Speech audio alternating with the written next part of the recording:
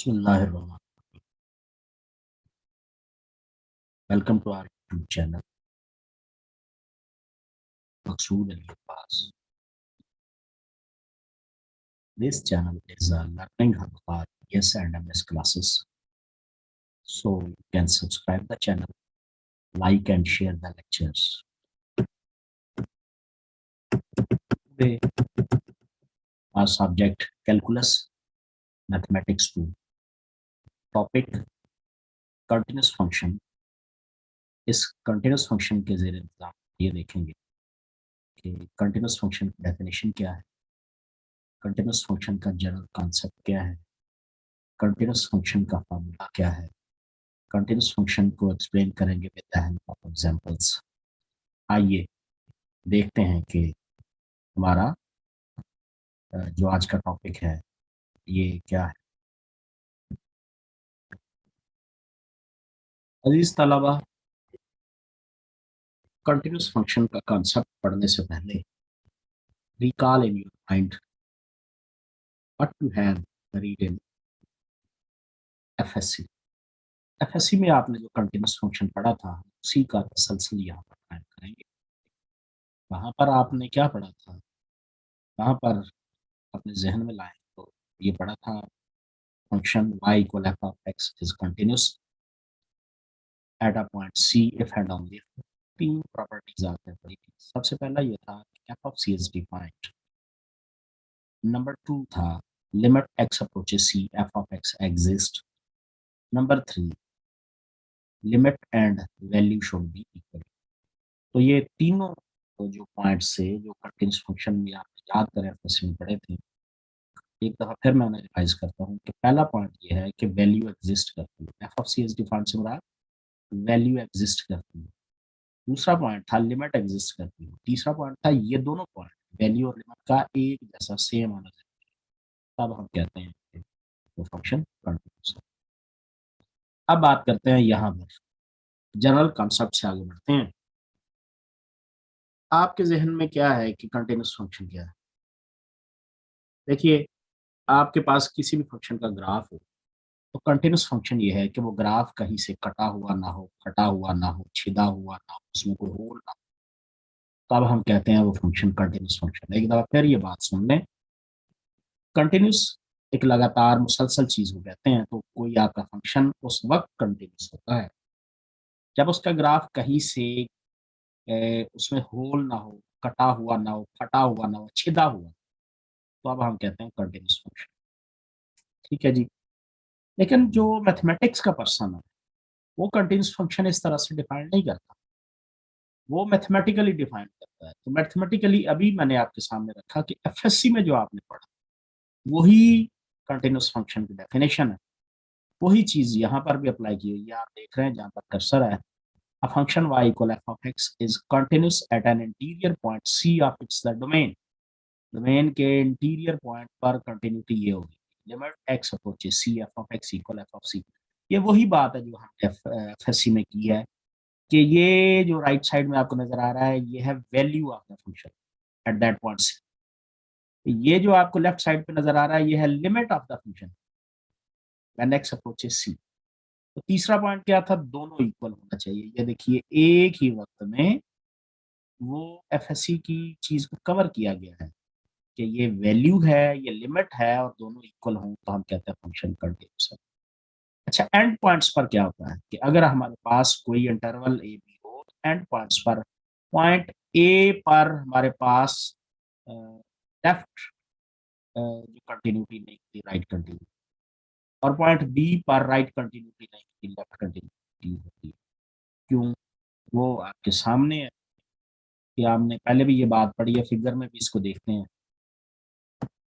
ये देखिए हमारे सामने ये ए और बी क्लोज्ड इंटरवल, इस ए और बी पर फंक्शन की वैल्यू ये ब्लू कलर में आपको जो ग्राफ जो नजर आ रहा है ये उस फंक्शन की वैल्यूज हैं। ठीक है जी।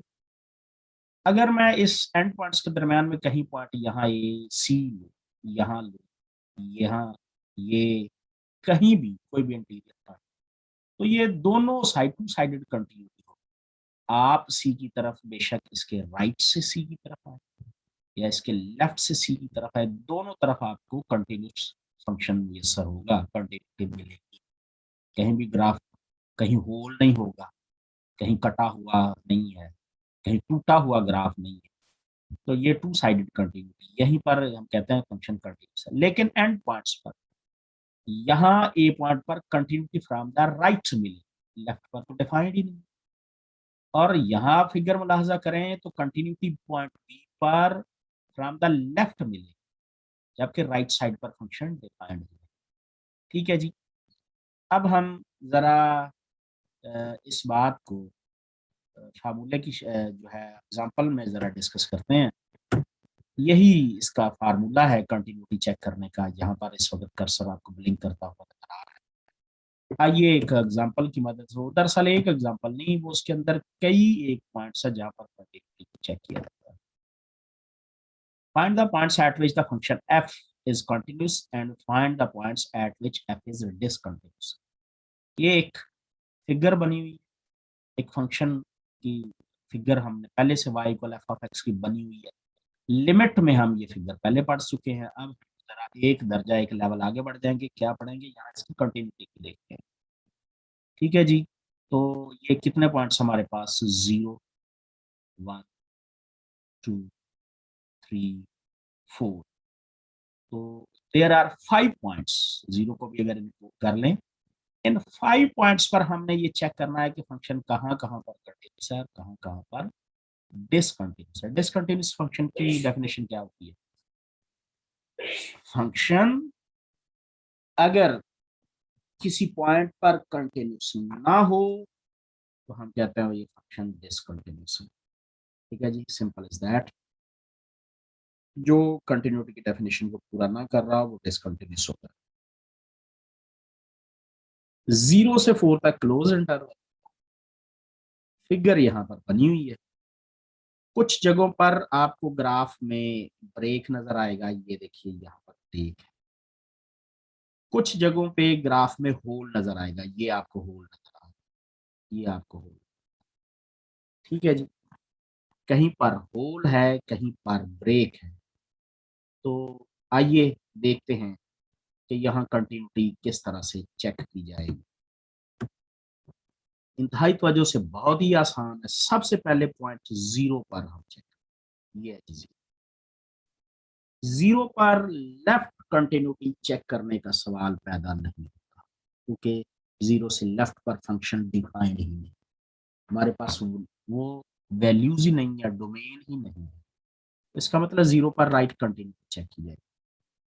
अब बात करते हैं, सबसे पहले हर तालिब इल्म फिगर को सामने रखे, मद्देनजर रखते हुए, ये जो ब्लू डॉट हैं, दरअसल ये इस पॉइंट पर फंक्शन की वैल्यू है। 0 पर फंक्शन की वैल्यू 1, पॉइंट 1 पर फंक्शन की वैल्यू यहाँ है, ये ब्लू डॉट, तो value 1। 2 at the point 2 function की वैल्यू 2 है। 3 पर फंक्शन की वैल्यू क्या है, जहां पर ब्लू डॉट है वो भी 2 है। 4 पर, पॉइंट 4 पर फंक्शन एफ एक्स की वैल्यू क्या है, ये है, that is the point 5। Values आपके सामने क्लियर हो गई। एक दफा फिर मैं आपको वाजे कर देता हूँ, ब्लू डॉट्स दरअसल फंक्शन की वैल्यूज हैं। वैल्यू से क्या मराद होता है, फंक्शन में उस पॉइंट को पुट करें तो जो नंबर हासिल होता है वो उसकी वैल्यू कहलाता है। ठीक है जी। 0 पर वैल्यू 1 है, 1 पर वैल्यू 1 है, 2 पर वैल्यू 2 है, 3 पर वैल्यू 2 है, 4 पर वैल्यू 1 है। चलिए अब कंटिन्यूटी चेक करते हैं। सबसे पहले एट एक्स इक्वल 0 पर कंटिन्यूटी को चेक कीजिए। वैल्यू देखते हैं, वैल्यू क्या है, एफ ऑफ 0, फंक्शन में 0 पुट कर दे तो वैल्यू 1।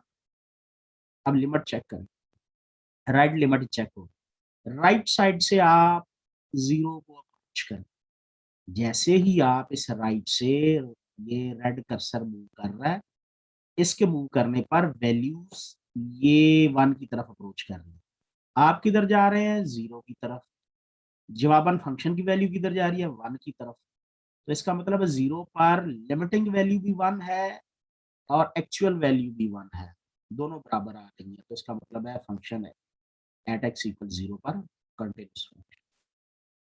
अब बात करते हैं जी एट पॉइंट वन की तरफ मूव करते हैं। जब आप 1 की तरफ मूव करते हैं तो 1 पर आपको वैल्यू मिलती है 1। 1 पर वैल्यू क्या मिलती है? 1। चलिए अब 1 पर लिमिट की बात करते हैं। 1 के लेफ्ट से 1 की तरफ आए तो फंक्शन किस तरफ को अप्रोच करता है? ये 0 को जा रहा है। फिर एक दफा देखें, आपने एट एक्स इक्वल 1 पर लिमिट देखनी। एक्स इक्वल इसके एक्स के लेफ्ट 1 के लेफ्ट से 1 की तरफ आए, लेफ्ट लिमिट लें, ये मैं 1 की तरफ जा रहा हूं तो लिमिट किधर 0 को जा रही है, ठीक है। और अगर आप इसके राइट से 1 की तरफ जाएं तो लिमिटिंग वैल्यू राइट लिमिट इसमें वो 1 आ रही है, ये 1 की तरफ जा रहा है। आप पॉइंट 1 की तरफ अप्रोच करें, एक्स इक्वल 1 की तरफ अप्रोच करें तो आपका फंक्शन वैल्यू 1 की तरफ अप्रोच करता है। इसका मतलब है लेफ्ट हैंड लिमिट 0 आती है, राइट हैंड लिमिट 1 आती है और इसकी लिमिट एग्जिस्ट नहीं करती। तो इसका मतलब है यहाँ पर पहली शर्त तो थी, फंक्शन तो डिफाइंड था लेकिन लिमिट एग्जिस्ट नहीं करती, इसलिए ये फंक्शन 1 पर डिसकंटिन्यूअस, फंक्शन 1 पर डिसकंटिन्यूअस, क्योंकि फंक्शन की एट एक्स अप्रोचेज 1 पर लिमिट एग्जिस्ट नहीं करती। दूसरी शर्त फेल हो, कंटिन्यूटी फंक्शन की पहली शर्त ये है कि फंक्शन डिफाइंड हो, दूसरी कंडीशन है लिमिट एग्जिस्ट करती हो, तीसरी वैल्यू और लिमिट बराबर हो। सेकंड कंडीशन फेल हो, चले जी अब 2 पर बात at x equal to, at x equal to value of the function क्या है? That is 2। ये है ना जी, ये वैल्यू है, ब्लू डॉट वैल्यू को show at x equal to value is 2। ये पहली बात हमने चेक कर। अब लिमिट चेक कर, जब आप 2 के लेफ्ट लिमिट लेंगे, ये देखिए इधर आए तो वैल्यू किधर अप्रोच कर रही है? ये 1 को जा रही है, क्योंकि ये ग्राफ 1 का है, ये 1 की वैल्यू।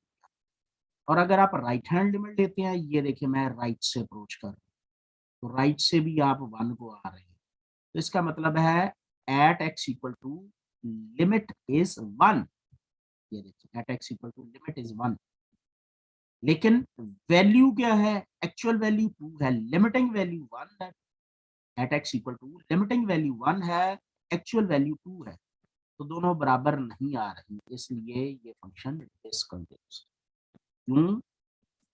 इसमें पहली शर्त पूरी हुई, फंक्शन डिफाइंड है, यस 2 वैल्यू मिल रही, और at x equal to limit exist करती है, यस लिमिट भी एग्जिस्ट करती है, दैट इज 1। तीसरी कंडीशन फेल हो गई है, वैल्यू और लिमिट बराबर नहीं, because third condition fails, that the violation of third condition we can say that the function is discontinuous at x equal 2। अच्छा, ये बात सारे स्टूडेंट्स याद रखें, ये पेपर में क्वेश्चन इसी तरह के आपको आने हैं। अगर आपने इंतहाई तवज्जो से समझे तो ये इन चीज़ों को फॉलो करना, इनको समझना आपके लिए ज़रा भी मुश्किल नहीं। अब बात करते हैं at x equal 3। At x equal 3 पर फंक्शन की वैल्यू क्या है? Yes function is defined, value is this 2। At x equal 3 value is 2। अब लिमिट चेक करते हैं, इसके राइट से राइट लिमिट लें, सॉरी लेफ्ट लिमिट लें। जब आप लेफ्ट लिमिट लेते हैं तो लेफ्ट साइड से 3 की तरफ आते हैं, तो ग्राफ किधर जाता है? 2 की तरफ। अब इसकी राइट लिमिट लें, 3 की तरफ अप्रोच करें तो ग्राफ किधर जाता है? 2 की तरफ। इसका मतलब है इसकी लिमिट कितनी आती है? वो भी 2 आती है, तो वैल्यू भी 2 है, लिमिट भी 2 है, तीनों शर्तें पूरी होगी, वैल्यू इज 2, लिमिट इज 2, दोनों इक्वल है आपस में, at x is equal to 3 function हमारे पास कंटिन्यूस है।